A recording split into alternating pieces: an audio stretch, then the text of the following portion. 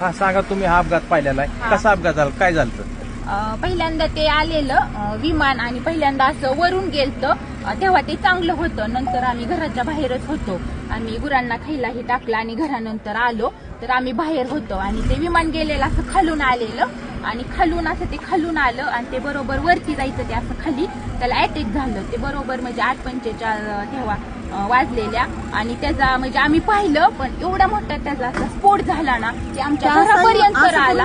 असं ते फिरलं आणि खालीच क्रॅक झालं, ते धावपट्टीवर गेलंच नाही, तसं असं जाग्यावर त्याचा स्फोट झाला. आम्ही एवढं घाबरलो, तरी पण म्हणजे ते आले वरून पोलीस ही, मग आम्ही गेलो. 15 मिनिटं थांबले, मग आम्ही घरून तरी पण आम्ही पाणी आणलं, बादले पाणी घेऊन आलो, त्यांच्यापाशी पाणी दिलं, भिजवलं आणि ती बॉडी अशी साईडला पडलेली आणि त्यांचं मुंडकं ही पूर्ण म्हणजे साईडला होतं आणि अशी निम्मी बॉडी होती, ती आम्ही पूर्णपणे पाहिलेली बॉडी.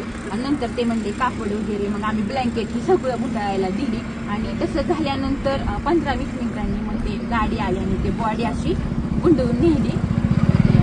वाईट झालं, ते बघितल्याला आम्ही खूप घाबरलो. तुम्ही काय बघितलं सांगा? तेच बघितलं, ते येऊन खाली कोसळलं आणि मुलं जायची वेळ नेमका टायमिंगच्या वेळ होता 9:15ला.